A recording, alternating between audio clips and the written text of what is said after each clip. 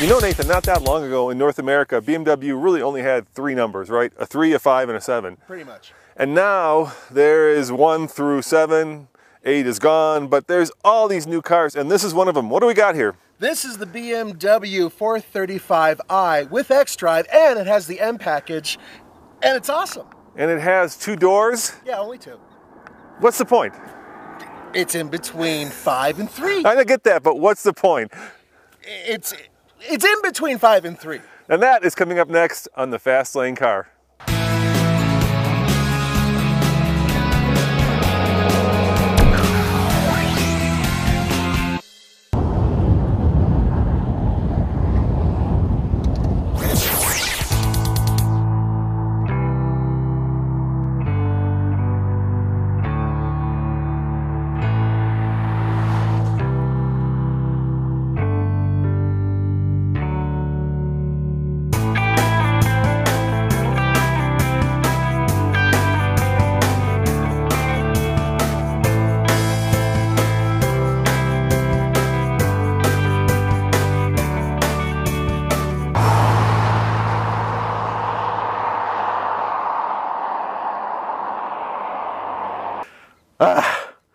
This is one of the best 6-cylinder engines out there. It's in a lot of different BMWs.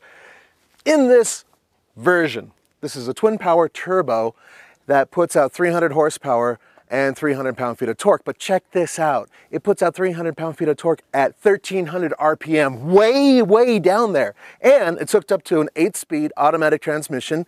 Really wish it was the manual, but it's still really quick, and it's all-wheel drive. Altogether, it's kind of a badass car, and even though it's heavy, and it still feels really lively, and it launches like you wouldn't believe.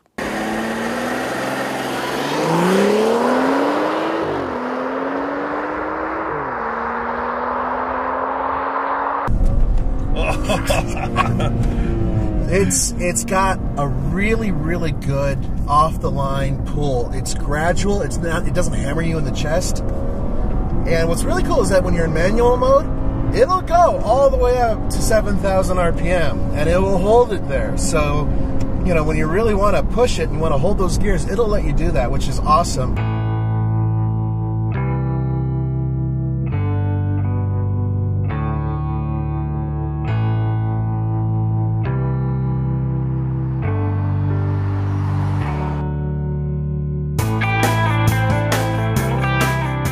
Downshifting, it's iffy.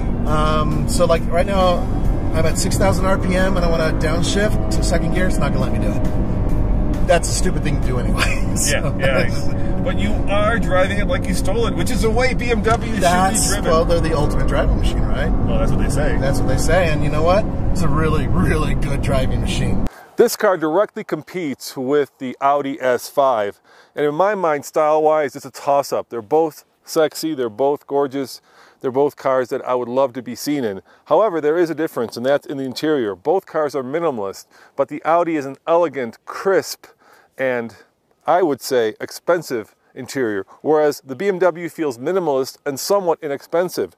Yeah, all the controls are where you want them to be. The car has this kind of honest personality, but it doesn't have that little bit extra, you know, that 11 that takes the interior from being okay to being great, like the Audi. How's the road feel? Okay, it's good.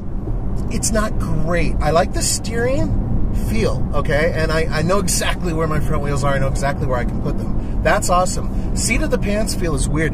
I think it has to do with the fact this is a very heavy car. It's a very wide car, so you can really feel the width. Yeah, it's like the Twilight Zone. You sit in it and you feel at first like, okay, it's like a 3 Series. And then you realize, oh, whoa, there's an extra 2 inches in this thing. Nathan, these cars are certainly not about utility. No, not at all. I've got an idea. Put the seat back. All right. All right, and let's hit that little button and get the seat back and see which one of us cries uncle first. Uh-oh, there goes my knee. Oh, it's squishing my knee. Uncle. Obviously, your legs are longer than mine.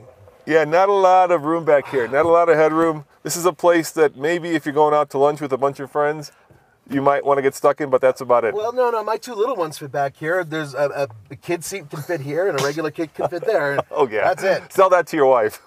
Honey, look, the kid seat fits in here. They can fit here for like 2 years, and then yeah, I know. But you know, But I'll tell you this. Okay, granted, not a lot of headroom, but at least my tush is comfortable. Yes, the tush room is adequate, but that's about all I can say about the back.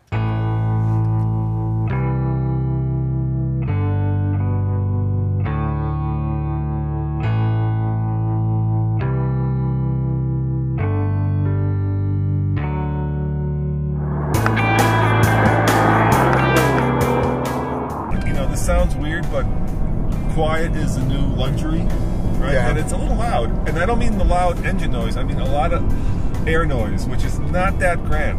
Yeah, it doesn't bother me too much. I know I'm whining, but still. I like that noise. Yeah, that's a good noise. But the induction noise in this car doesn't sound as good as it has in other vehicles. Like the Z4 with the same exact engine sounds a lot better to me.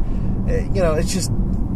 I'm nitpicking, I know, but it's just a little... But you have to. BMW is such a great driving experience at this point that you have to nitpick.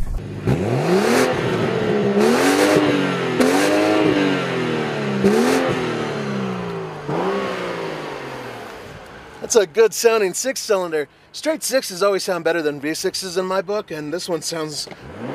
Ooh, gives me chills.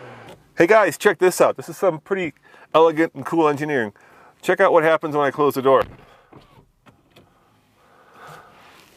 Looky there. Now that is pretty cool. The car actually hands me the seatbelt without having the seatbelt in any kind of a harness so that it doesn't get in my way.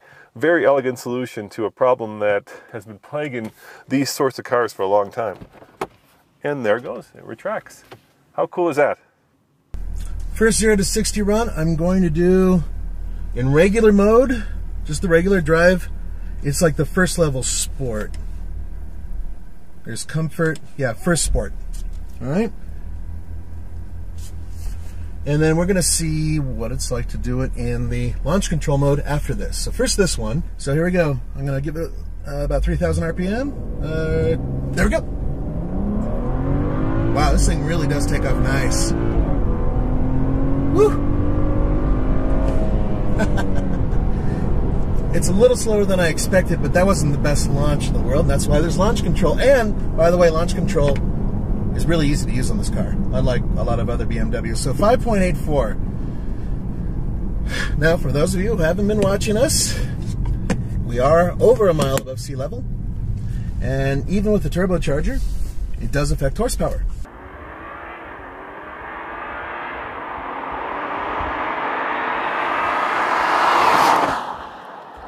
BMW says that this car will do 0 to 60 at sea level around 4.7 seconds. That's impressive. So this is how the launch control works. You put it into Sport Plus, which shuts off traction control, and then you... Sport mode? Oh, okay. Then you hold the brake down and the accelerator, and... Nope, that's not it. Wait a minute. There was one more thing. Sport mode, traction control, Sport Plus. Okay, then you move that over. Okay, and then... Nope, that's not it either. Shoot. Let's see. Over, Sport Plus, Sport settings on. What am I missing? I'm missing Andre. He usually explains these things to me. Where's... Oh, there it goes. Launch control active. Here we go. A lot faster. Whoa. Goofy grin on the face. Woo! Yeah, it's faster. But it's about what I expected. 5.5 seconds. 5.50. Altitude does make a difference.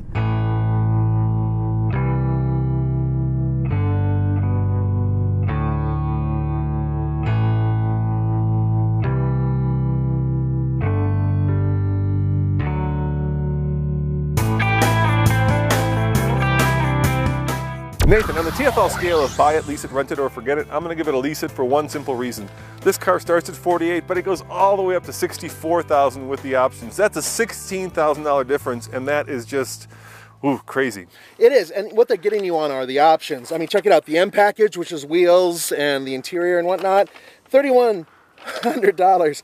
The technology package, $3,150. It's just, they get you on all levels, and it's just too much. Yeah, and I bet you if you could find a base version of this, right, which you can't probably, it would not have the same stuff that a Hyundai Elantra has. Yeah, you might be right. So I'm going to give it a lease it as well, but my reason's different, and it has two things going on for it, and that is S5, the Audi S5, in my mind, a slightly superior vehicle and a little bit easier as a daily driver, and frankly, one that I would buy. As always, this is Roman and Nathan saying thanks for watching, and check out tflcar.com for all your car news, views, and reviews. Ciao. See you next time. Adios.